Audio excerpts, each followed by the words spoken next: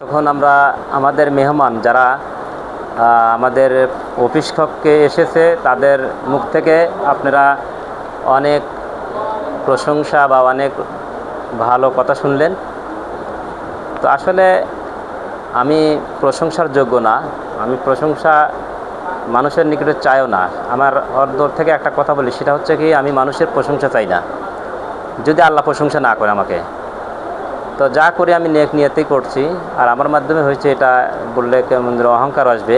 আসলে এটা আমার কোনো কিছু করার না, এটা সব কিছু এলাকাবাসীর, তারা সহযোগিতা করে, তাদের প্রতিষ্ঠান। তো আপনারা দেখলেন যে বিভিন্ন আলোচনা এখানে হলো। তো এ পর্যায়ে আমাদের পাশে এইমাত্র এসে হাজির হয়েছে আমার জামাই আব্দুল হান্নান মাস্টার, অবসরপ্রাপ্ত শিক্ষক, নাদর শহীদপুর জনকল্যাণ উচ্চ বিদ্যালয়। জামাই যদিও হাই স্কুলের শিক্ষক ছিল, তারপরে ধর্মীয় বিষয়ে অনেকটা তার জ্ঞান আছে। তো আমি জামাইকে কিছু বলার জন্য বলি, জামাই আপনি আমার প্রতিষ্ঠান সম্পর্কে বা অনেকদিন আসছেন এখানে, এই প্রতিষ্ঠান সম্পর্কে কিছু বলেন আপনি। রমজান মাস বলেন, বসেন না জামাই।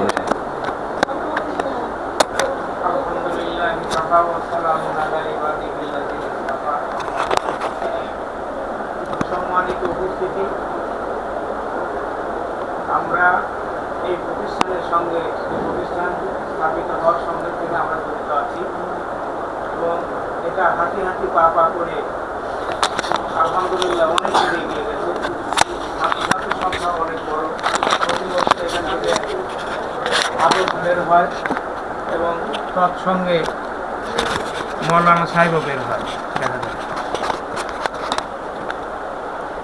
আপনারা এখানে সবাই উপস্থিত হয়েছেন, এজন্যে সকলকে কৃতজ্ঞতাবাদ জানাই। আর আমাকেও আজকে অনেক জায়গা থেকেই দাওয়াত করেছে, কিন্তু আমি এইখানে না এসে পারিনি, কারণ এই প্রতিষ্ঠানকে আমি যথেষ্ট ভালোবাসি এবং এই ছোট ছোট বাচ্চারা এখানে লেখাপড়া করে, ওদের দেখে আমার মনটা অনেকটা নরম হয়ে যায় এবং এটা করা উচিত আমাদের। কারণ আমাদের সামনের প্রজন্ম যে আসবে, তারা দেখা যাবে যে ইসলাম থেকে অনেক দূরে চলে গেছে, আর এরা যদি থাকে, এই ছোট ছোট বাচ্চারাই একদিন আমাদের সকলের কান্ডারি হয়ে যাবে পরকালের জন্য। আসসালামু আলাইকুম। এই জন্য আমরা সবাই উপস্থিত হয়েছি এবং এখানে সম্ভবত ইফতারি হবে এবং সকলে দোয়া করা হবে এই প্রতিষ্ঠানের জন্য। তা আমি প্রতিষ্ঠানের তাহলে ইফতার ব্যবস্থা সর্বদিক থেকে উন্নতি কামনা করি এবং সর্বাঙ্গীন উন্নতি কামনা করে আমার কথা শেষ করছি। আসসালামু আলাইকুম ওয়া রাহমাতুল্লাহি ওয়া বারাকাতুহু।